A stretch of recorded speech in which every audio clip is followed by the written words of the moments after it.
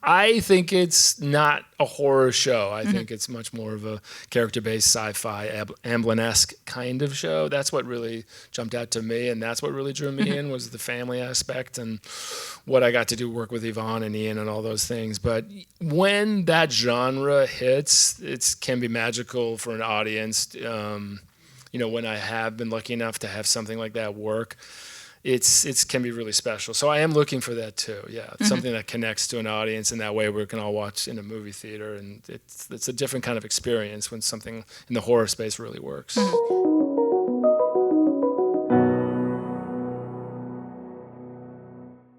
So let's dive right in. Sure. You and I were talking backstage a little bit about how you and the showrunner of Teacup, Ian McCulloch, have worked together before. Is that what drew you to the show? Yeah, pretty much. I had read an early script of his that never got made called The Glimmer, the Shade, or The Glimmer, the Fade. I can never remember which one it was called. It was a kind of a script that was going around, a TV script that's going around all the agencies, and I got a hold of it and read it and loved it. And I was actually working on something with Taylor Sheridan, and we were talking about writers, and his name came up.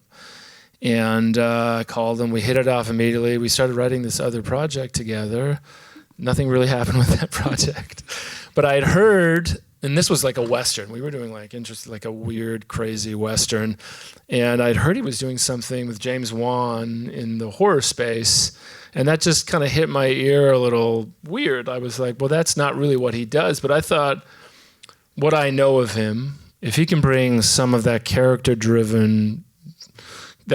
work to a horror show or something in the sci-fi horror space, he's the right kind of combination to make that show sing for me what I'm looking for to do in that space. And I called my agent, got 3 scripts, and devoured them in one afternoon. And it really pulled me in right away. I mean, he wrote on Yellowstone, and you could really feel that early on with the characters. I mean, those 3 families, I thought, well, if we can get some of whatever's on the page here on the screen, we'll be in good business here. And I was into it right away. I called him, took him out to lunch, and begged for the job. And then I think 3 months later, I got the job.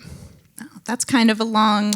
It was long. Wait between those two things. Yeah, I mean, I think they were looking around at other people, and it came my way eventually. So I was very happy. Mm-hmm. So the show obviously is based on a novel, the novel Stinger. Did you read that as you were preparing for the role? So no, I didn't read it. Or were you familiar with it? I wasn't at all, and I'll tell you why. Usually that's kind of the fun part when you have a lot of time. You get a job, it's based on a book. Oh, cool, let's go read the book and get familiar with the source material and help the characters, help the story. It was about 2 weeks before we started shooting where I got the job. And Ian was very much taking it in a totally different direction. He actually really didn't want us to read the book. That book is a very big, dense book, very big characters, the whole big world, and he wanted to just kind of minimize the whole story into a micro version of what that book is. And I thought when I read it, not knowing where the show is going through the 8 episodes, but I thought it's going to have the potential to go into a much bigger world in seasons 2, 3, 4, 5, hopefully. So that's what I was excited about with this too. Oh, that's interesting to know that you have kind of a long-term. I just thought, if we could start this in this minimal kind of micro version of that book, it kind of lends itself to going bigger and bigger places. We'll see. Yeah. So let's talk a little bit about your character, about James. Yeah. So I saw on the Today Show, you said that you have played a lot of likable characters in your career and that you knew that kind of the audience was going to hate James when they first met him. So tell me, is that a draw for you? It honestly is in a couple different ways. I mean, when I say that about likable characters, a lot of when you're doing pilots, especially back in the day when I first started, they're all geared to making all the characters likable and that you can connect with. And I've spent my youth doing that. And still do that to this day in certain kind of shows. But with this, it's very freeing to read something and go, I know what the writer's doing. We're going to start this character where the audience is really not going to be with him. Immediately know that he's a cheater. He's a cheater. He's cheated on his wife. And the cool part was usually you get like, some scenes where you get to know the characters and then you find out what has happened and then you deal with it as an audience and as the characters. But this, you're dropped in with this weird feeling in the house. Nothing, you don't really talk about it until the explosive scene in the episode after this that you just watched. So, no, that was a big draw for me, to play an unlikable character where I know I'm going to have a chance to go on a redemptive tour where I'm trying to win back the audience, my wife at the same time. I just knowing Ian's writing so well, I knew he was going to try to do that, and it really was that through episodes 3 through 8. So I was excited about that too. And do you personally like James, at least when we first meet him? Well, do you think he's a good guy? Yeah, I mean, we all, who knows what goes into, yes, guy cheating, bad guy. We don't know the whole story. There's not very much information. There's no information. Yes, he made a mistake, and he's acting like he's probably having some sort of a male insecure midlife crisis and acting like an idiot. And then through this, the mechanisms of the show and the story is being brought back into reality, and he's comes to his senses and all those things. So I did like that, yeah. So you have some past experience in the horror space. You've made horror movies. Is there something about this genre that is appealing to you, or it's not really about that? Like, did you consider that aspect of it? No, not really. It's not like I, call my agents and I'm like, I need to do a horror TV show. It's more what feels original to me when I read something, especially in TV. Like when I read something like this that felt like a Western sci-fi horror, I think it's not a horror show. I think it's much more of a character-based sci-fi, Amblin-esque kind of show. That's what really jumped out to me, and that's what really drew me in, was the family aspect and what I got to do, work with Yvonne and Ian and all those things. But when that genre hits, it can be magical for an audience. When I have been lucky enough to have something like that work, it can be really special. So I am looking for that too. Yeah, something that connects to an audience in that way we can all watch in a movie theater, and it's a different kind of experience when something in the horror space really works. Yeah, you just mentioned Yvonne. Can you speak a little bit about working with her? So when I read the scripts, and again when I read the really emotional things that we do that you guys haven't got to see yet, and where we have to go as characters and actors in the show later, we have to do the craziest stuff. And knowing her work from Handmaids and knowing how she really does not know how to go 50% in. She's all in all the time. And I could tell that from watching Handmaids. So I knew she was going to be a great partner for this. And I'd never met her before, but I just had an instinct I was going to really love working with her, and I was right. She was a great lead of the show. It really is her show, and she commands the in front of the camera, behind the camera the whole time. We were down in Georgia doing this show, and she was wonderful to work with. And some of the more gruesome aspects of the show start to kind of pop out, especially at the end of the second episode. Right. Can you speak a little bit about filming that scene in particular? Yeah. The crossing the line scene. Crossing the line scene that you guys just watched, I think, right? Yeah. So that was interesting. I think when I first started getting into, there was a lot of green screen, and you'd go to work and you'd have a piece of tape on a blue screen or a green screen. You'd have to react to what you see. And I think over the last little while, we've been going back to more practical effects. And that's been really exciting to me to see. And I think when I saw Alien Romulus, the new Alien, they were doing a lot more practical effects than the other ones that they've been doing. So that was really fun for me to see. And when I got to set to shoot that scene, it really was like a full-figured, non-CGI thing we could play around with and use. And, the actor got to use it, and we all got to use it. And it was really exciting that way. And, of course, they added in stuff after. But you're talking about, like, the body? The body. There was an actual... craftspeople built like a whole thing that we were staring at instead of a tennis ball or a green screen or something. Like, and you feel like an idiot, you still feel like a moron watching, something happen. So, you still have to do the hard work of acting that stuff, but it was really fun to do that. how strong of a stomach do you have for this sort of stuff? Do you? Oh, I love it. Yeah. Yeah. No, I love it. I think it's so fun, and to get to do that, you feel like a kid, playing in your backyard, making little movies, and all the actors, if you talk to them off screen, they all seem like little kids when we get to do that stuff. It's very fun. Mm-hmm. And so you're playing a father on this show. I know that you are a father in real life. You have two children? 2 kids. I have a 3-year-old and an 8-week-old. Oh my gosh, that is a very new kid. Very new kid. I'm surprised I'm here. I can't. Yeah, congratulations. I'm surprised she let me go. Do you feel like being a father changes the way that you approach a role like this?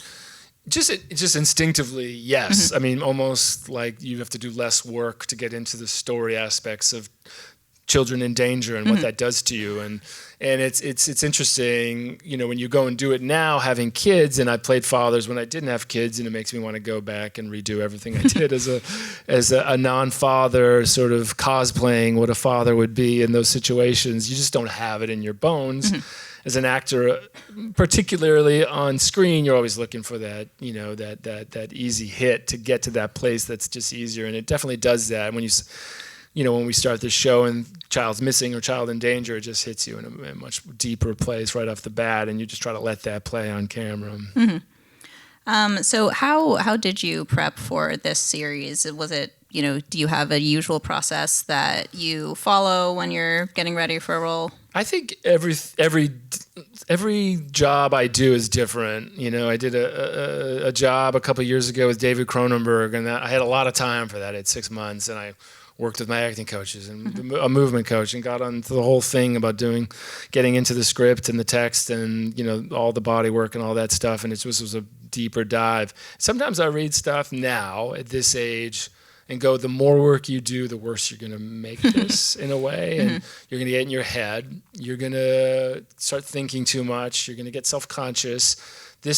You understand this and have the confidence to understand something right off the bat, and to try to just let it be what it is on the day instead of manipulating it into what your actor brain wants it to be. And with this, it was a little bit, I didn't have a lot of time to work. And it was I guess is actually good in some ways. It can be great. It can be great. It can be really fun. Ian McCulloch, also as a writer, did a lot of great work. You just felt the tone of the piece on the page, and you just can say to yourself now, as an older actor now, to trust when it is good writing, to trust it, trust what he's trying to do. So you've had a pretty, a healthy long career. What is the industry has changed so much, I'm sure, since when you first started acting on TV. I mean, what is the biggest difference, if there is one that you can name, between the process, when you were getting started and now? I mean, it's kind of a boring answer, maybe not boring to some, but for me, it hasn't changed all that much. The one thing that's changed is social media and how that's become such a tool for worse, I would say, in general for actors, and what that's done to how we talk about movies and talk about TV shows and promote TV shows and our reliance on it. And that's just never, when I came of age, there was none of that, and it allowed us just to be more unself-conscious and to have more of a private life and not to share all the behind-the-scenes things. You work with younger actors, and you feel like there's as much going into the behind-the-scenes stuff as there is on in front of the camera, and it's not their fault. It's just there's a push towards that. I mean, there's a lot of differences in terms of the number of episodes of television we do on seasons and stuff like that. A network show is very different, I'm sure, than... Absolutely. When I first started, we were doing 24 episodes a year.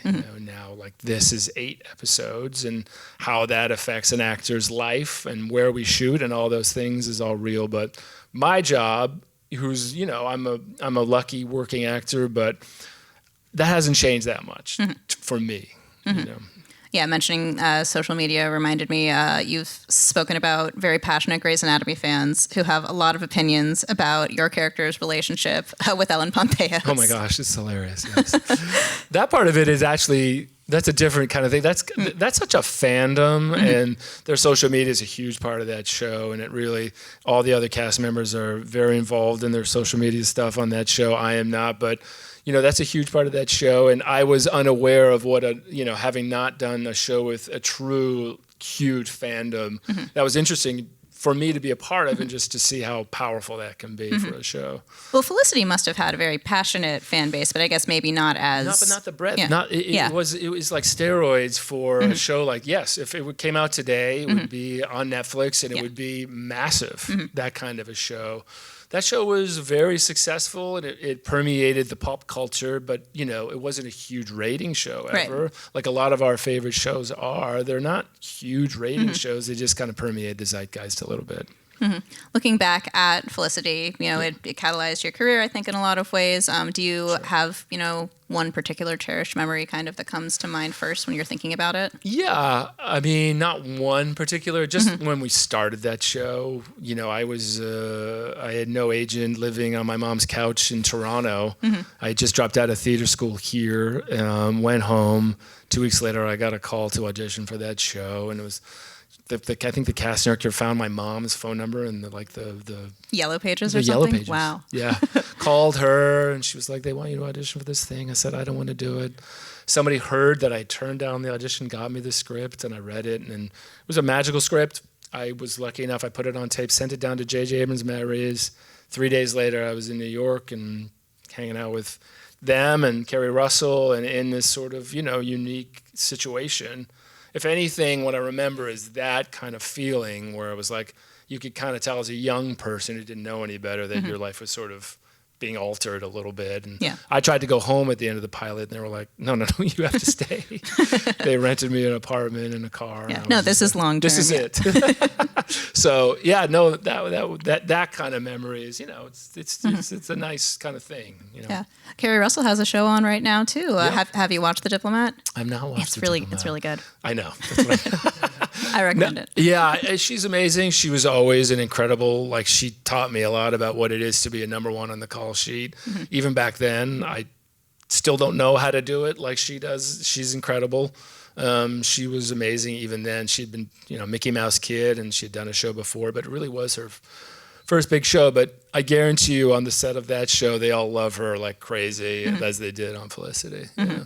That's good to hear. You want people to be the way they are off screen. If you meet somebody like that, and I've met people that is not great, but she lives up to it big time. So you have Teacup, you recur on Grey's. I'm sure there's other things in the hopper. Kind of what's coming up next for you? I don't know. We got to see with this show, and hopefully 5 years, right? For them, yeah, hopefully 5 years. Well, you never know. You never know what it's going to be. To get 5 years in this day and age is crazy. Yeah. But if you could tell that story for 3 or 4 seasons, that'd be great. I'll say 5. Shoot for the stars, yeah. Yeah, shoot for the stars. But yeah, I'm looking to do interesting things. I'm in a cool place right now in my life, and I'm more inclined to say yes than I ever have, and I'm kind of looking for an interesting show to do. I read this, I loved it, I went to do it. I just try to find stuff that's going to be interesting to go do and have fun now more than ever. Is there something different, like, you talked about playing a character who's not necessarily likable. Is there something in your mind that you haven't done that you would like to do, or that you've done less and you want to do more of? Oh, I mean, I feel like I'm just getting started in terms of what I haven't done, absolutely. And I think I'm more inclined now to test that out, whether it's film or television. But I mean, there's not a limit of what I haven't done, I don't think. I mean, there's a lot I still would like to do. I mean, I truly would like to lead a show more than anything. And, I think Taylor Sheridan makes a lot of interesting things that I like, or a show like, The Diplomat or stuff like that. I mean, where you're the show is centered around you and you're really running the show and you're number one on the call sheet and all those things and the responsibility that comes with that and the writing responsibilities that come with that and all those things. That's interesting to me. And you've spoken a little bit about kind of the bigger dramatic things that are coming on Teacup on this show. Is there anything that you want those who have just seen the first 2 episodes to think about or to look forward to as they watch more? Yes. Well, for me, when I read all 8 episodes, I was intrigued for the first 4 episodes, but really where we take the show, how emotional it gets and how wild it gets with the characters and how dark and scary, not as in a horror kind of way, not in a James Wan kind of way, but emotionally with the characters. That really appealed to me, and I think as an audience, if you're interested in the first 4 episodes, I think it really takes it in a special way. You think there's kind of a central message that you would want audiences to take away from it? I don't know if there's a central message. I don't know if it's that kind of a show. Yeah. I wish Ian McCulloch was here to answer any thematic questions about his messaging around the show. I think it was a cool premise, and it was an interesting way to talk about family and neighbors and distrust of our neighbors and those neighbors having to come together and try to work together despite our differences. It sounds very juvenile, but it was interesting to have to do that and to see where that can go in 8 episodes and maybe beyond was a fun thing. Oh, great. I think that's a good place to end it. Great. Trusting your neighbors. Maybe Or don't trust them. Or don't trust them, as the case may be. All right, thank you so much, Scott. Thank you.